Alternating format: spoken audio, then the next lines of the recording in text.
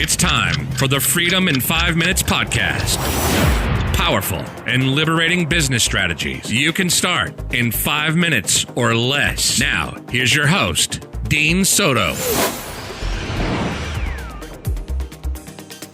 Hey, this is Dean Soto, founder of FreedomIn5Minutes.com and ProSulam.com.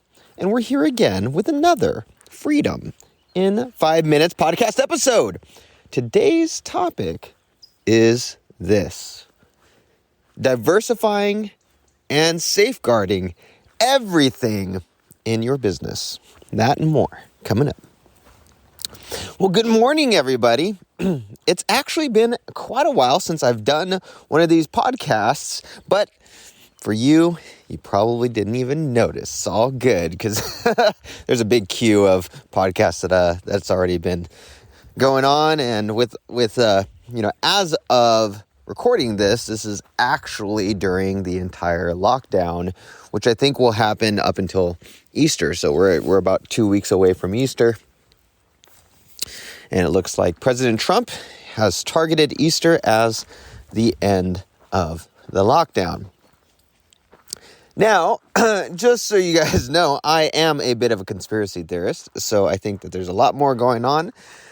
And feel free to PM me or private message me, and I have no problem. If you're another conspiracy theorist as well, we can trade ideas, trade thoughts, and so on and so forth.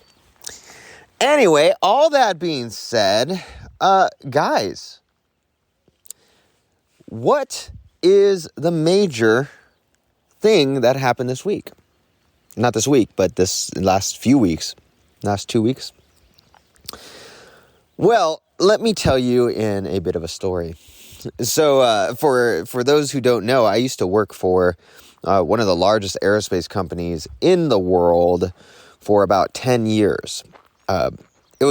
So I ended up getting a job at this place because my wife was like, hey, you need to have a college degree if we're going to get married. And I'm like, all right, well, I'm going to figure this dang thing out. So I want to say it was 2004 when I met her. It was either 2003, 2004. No, it had to be 2003. So 2003, we met. I had a couple of credits in college. It was I was on the 10-year plan pretty much at that particular point. I really didn't know what I wanted to do. But I joined the United States Army Reserves as an intel analyst, and as an intel analyst, I got a security clearance. I had to get a top secret security clearance.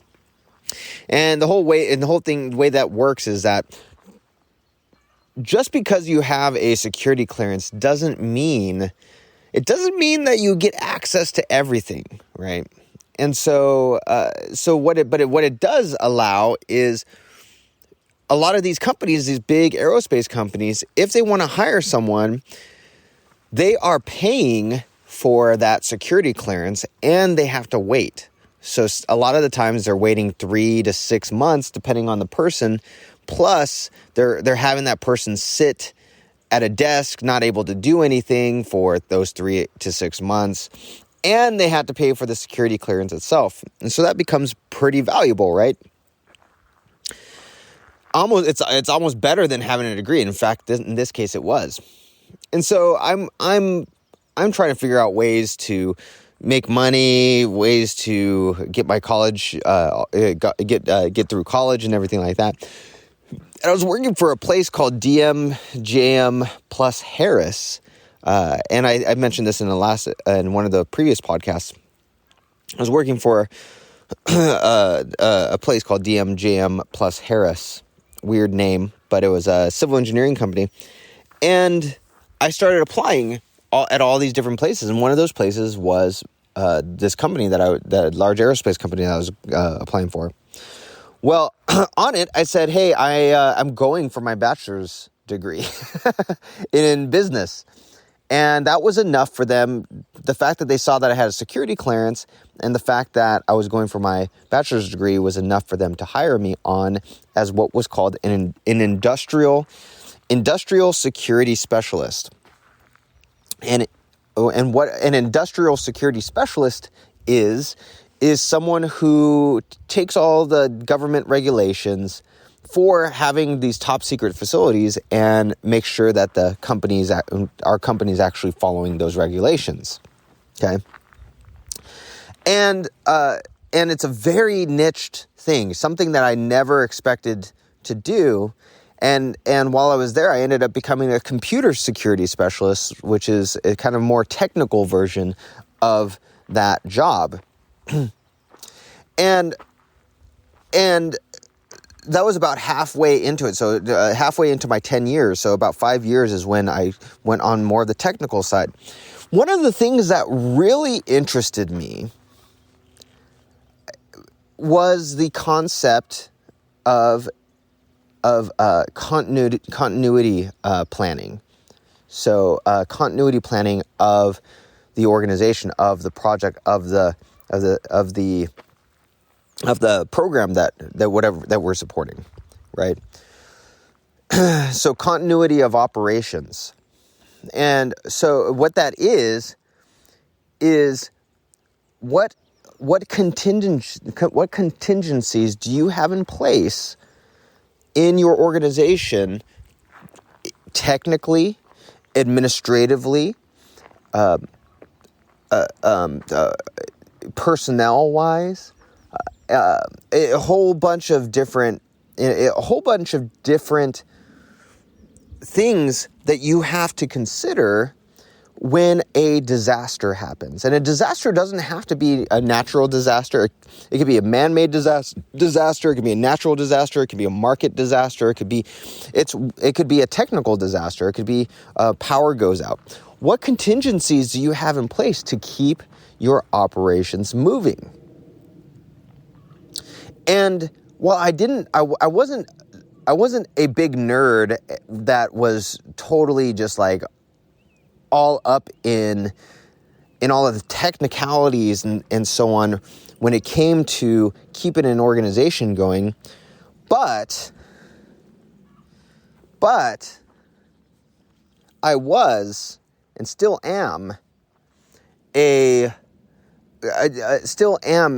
interested in the high level ideas and the structure of setting up your organization so that when a disaster strikes, your business is still able to keep moving forward. So, are we in a disaster right now? Yes. Are people, are companies freaking out about their particular positions right now? Yes. Are companies highly interested in continuity of operations now? Yes. The thing was that while I was at my old company, while I was employed at the aerospace company, what do you think they thought of when it came to continuity of operations? Everything was great. Everything was going fine. And so they were like, yeah, that's an expense. That's an expense. That's an expense. That's an expense. Don't worry about that. We can worry about that later. We can worry about this later. We can worry about all this other stuff later. And guess what? That's the way it is for virtually every company.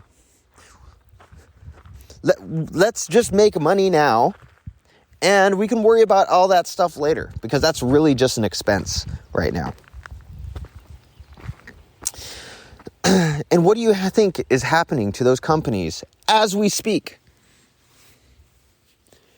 They are closing their doors.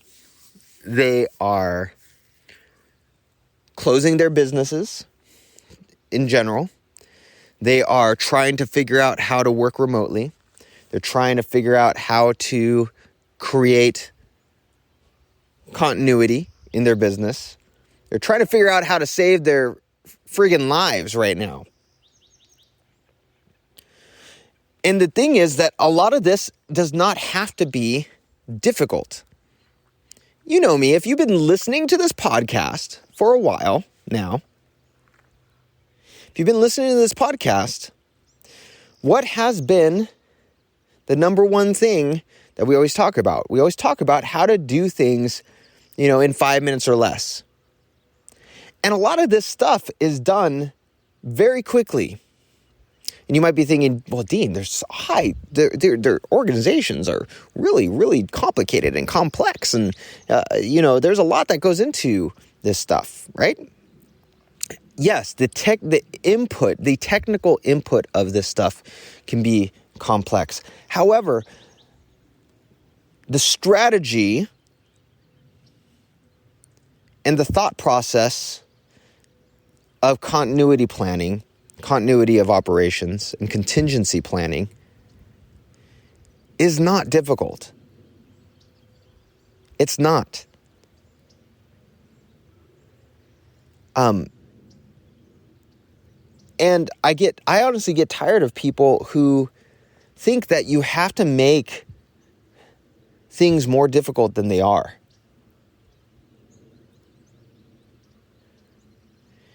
Here are the things that literally everyone is forced to consider. Despite the fact that we've had for almost 2 decades the ability to do most of this stuff. Everyone right now is trying to figure out how to work remotely. How do we create a remote situation for our employees? Well, if you're able to do that now, during this crisis, you were able to do it beforehand. And all you had to do was have that in your brain as a hey, you know what? As this business goes on, we're gonna start figuring out how to work remotely. As time goes on, we'll spend a few days here and there working remotely, see what works, what doesn't. Was that hard? Was that hard to say? Was that hard to think of? No, but it sets the course. It sets your organization on the course to start working remotely, right?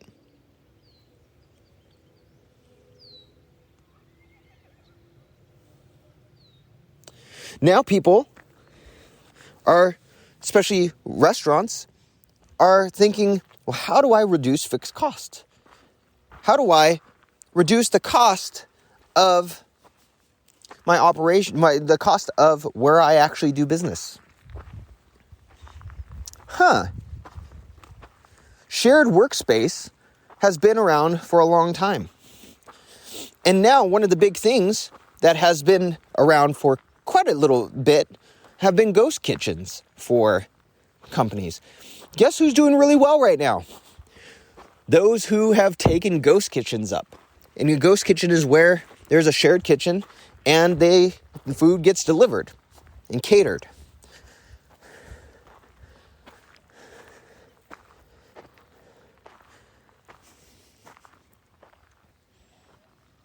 Now businesses are saying, well, how do we outsource overseas?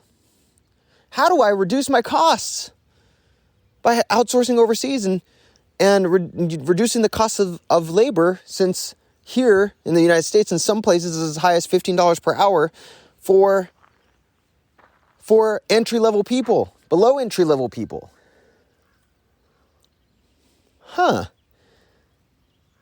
Outsourcing has been around for over a decade, like on a big, large scale.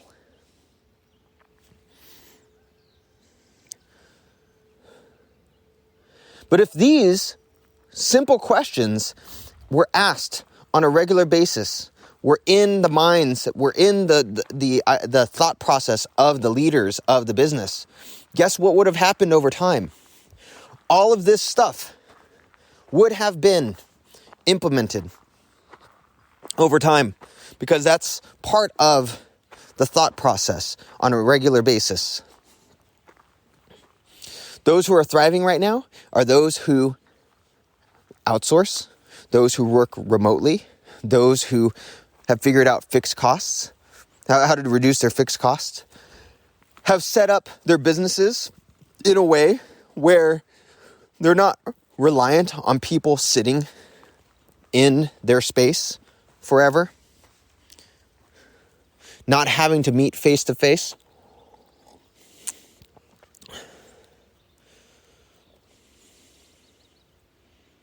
Systemized. This is the big one, how do I create standard operating procedures so that everyone in my business knows what to do? Half of my people I had to lay off, and now the people who are here have no clue what to do. They were the higher ups who haven't had to do these tactical things in a long time.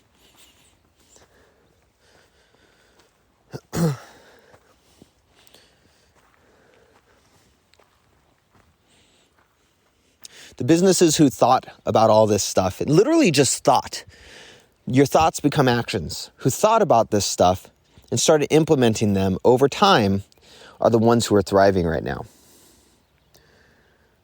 And for me, I can tell you that I will be looking to buy some businesses up who were retarded during this time and turn them around and flip them or keep them as a cash flow investment.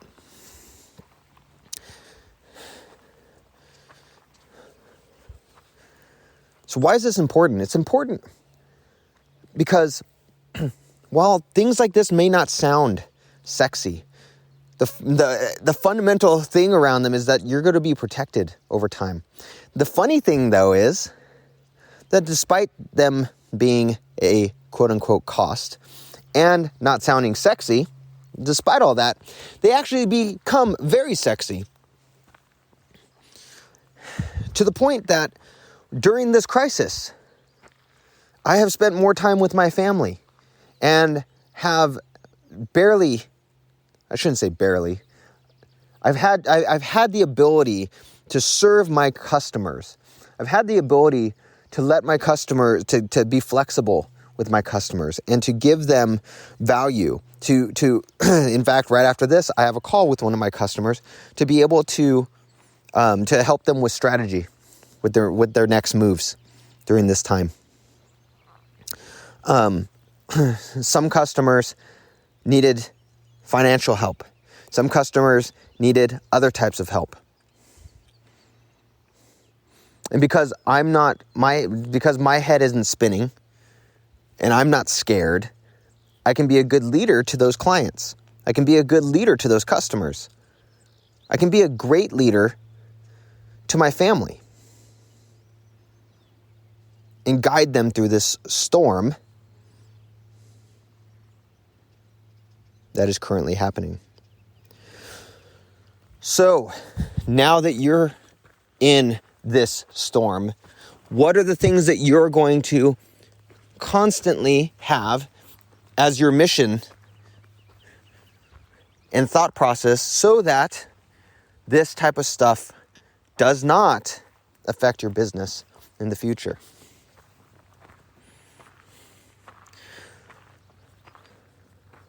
I want you to think and start planning. Write it down. Very simple. And use those as your guideposts, your North Stars for the future that is going to be a brand new world up ahead. All right, this is Dean Soto. Go check out freedomin5minutes.com. Go check out prosulum.com, prosulum.com.